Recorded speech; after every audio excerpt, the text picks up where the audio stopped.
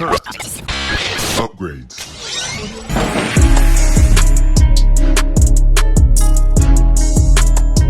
Welcome back, ladies and gentlemen, to another JVS movie review. Today, I am bringing you a review from the daughter of one of the most controversial directors of our time. And this movie is called The Watchers and is directed by Ishana Shyamalan. I know you just want to put an M on it like I just tried to, but no, that's Ishana Shyamalan. And here's a quick synopsis of it. A 28-year-old artist gets stranded in an expansive, untouched forest in Western Ireland. Finding shelter, she unknowingly becomes trapped alongside three strangers who are stalked by mysterious creatures every night. And it stars Dakota Fanning, Georgina Campbell, Oliver Finnegan, and Olwen Fouéré. I'm never going to say that name right now. I apologize because she's amazing in this film here. Now, the first question everyone's going to have about The Watchers is, from the clips that's been seen, are we getting a film almost identical to what Shauna's father does? And a yes or no here. Like, it's definitely in the same genre. She's also known for directing multiple episodes of The Servant. So if you've seen that show, you kind of understand her style of direction. I think she directed between like 6 to 8 episodes of that show. So she was very pivotal in that show, in the directing aspects of it. So from that, you should understand her style. And that's what we get here. It's a tamer, milder, more acceptable version at times of her dad's style. As we are thrust into The Watchers, we are introduced to Dakota Fanning's character. And from the beginning of this film, we see that there's more than meets the eye, which again, for the Night Shyamalan family, that is a tradition of their films. It's always more than what it seems to be here. And once that character goes on this mission, that makes little or no sense, but that's fine because again, this film is also based off of a best-selling novel. But once that character, played by Dakota Fanning, goes off on this mission to deliver a bird, of all things, and she gets trapped into this forest, this is where we see just how creepy everything gets. It is by the numbers here. The moment we get an unfortunate incident that has her trapped in this forest, everything goes by the numbers. Meaning, if you've seen a thriller where you get, or horror where you get stranded and you can't escape, you've seen this film. Like, it is, and this is what I mean by safe. It doesn't attempt to be or to make the story more than what's needed here. I think that's not part of the execution of this film. The plot is very simple. Girl gets trapped in the forest with bird, meets three strangers, and they must survive these creatures. We've seen it over and over and over and over again. That's not what's original here.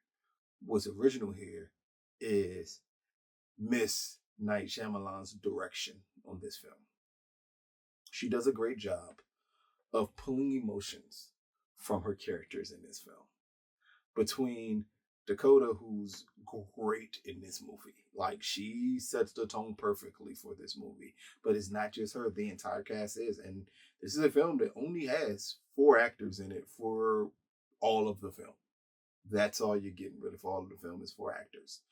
And because of that, we get to see the bonding of these actors at times, and we get to see the bonding of these characters, but we also get to see the deconstruction of the characters as the plot goes on in the film. And I'm not saying it's extremely strong. I'm not saying that it's executed well. What I'm saying is that it's directed well. Like, the shots are set up beautifully here.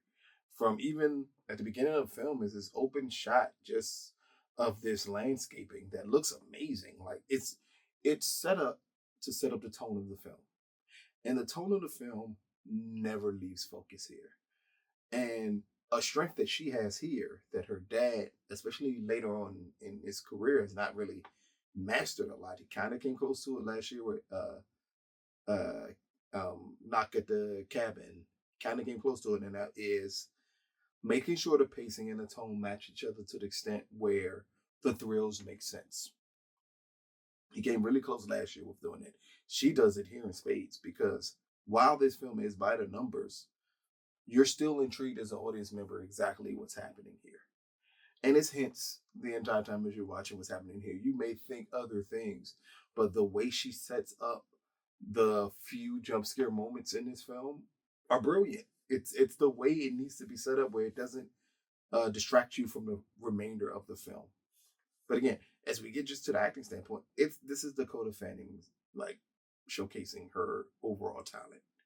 Like she is headstrong at times in this film, vulnerable at times in this film, annoying at times in this film. It's so she runs the gambit of emotions in this film, and luckily she's in the hands of a director who allows her to do so and allows the plot to move around her. And I think that is the key element of The Watchers. Again, if you're coming here looking for an original film in any shape, form, or fashion, that's not what you're going to get here. But I don't think from this premise, anyone should expect it an original film. I think what you're expecting here is execution. And for The Watchers, it's executed grand. Like, I did not read the novel, so I don't know how faithful it is to the source material here.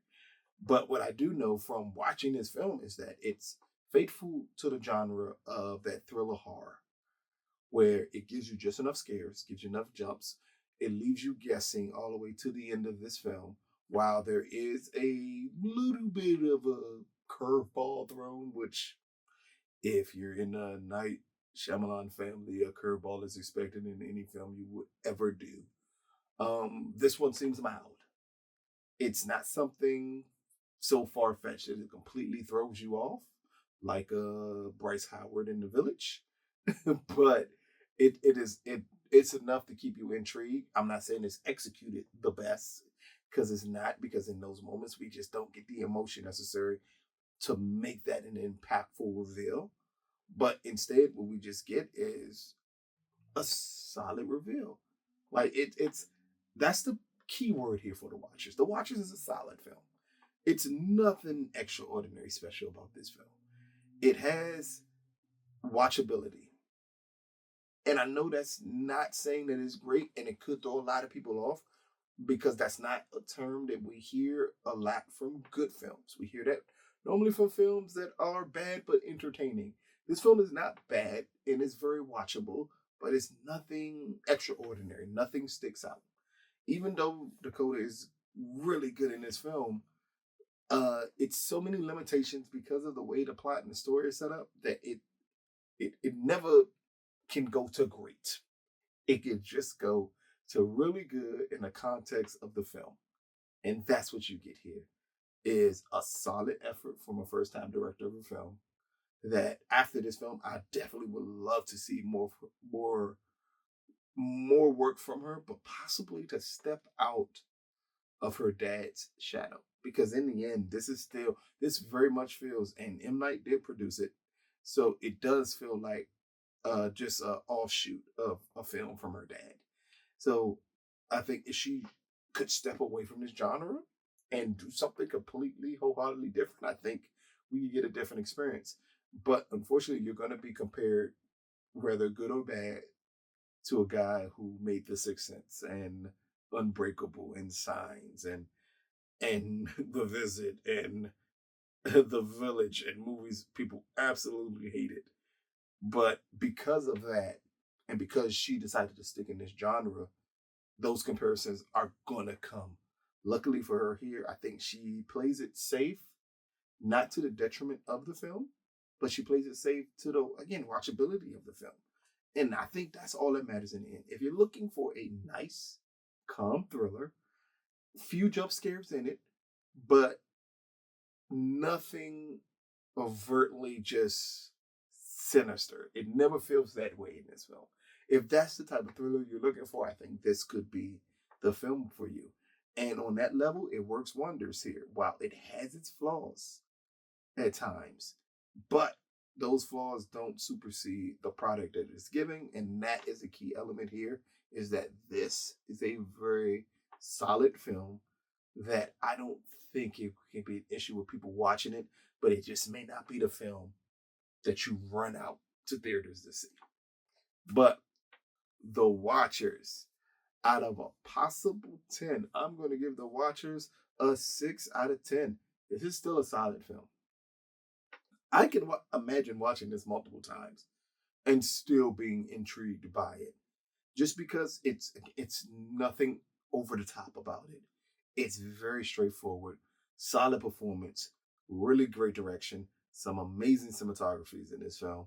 Like, all of those elements make it watchable. It makes it something that I think you get to sit down and enjoy, and that's what's important here, along with the few horror elements that are in it.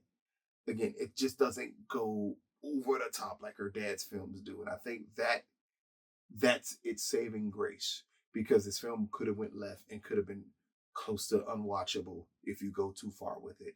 But she reeled it in enough where it makes it enjoyable enough for multiple viewings, even though the viewings don't necessarily need to be must-see viewings, if that at all makes sense to you of what I'm attempting to say here. But again, check it out. It comes out June 7th, which happens to be this Friday. Go out to theaters and watch it. Check it. Let us know what you think. This has been another JVS movie review. Peace, people.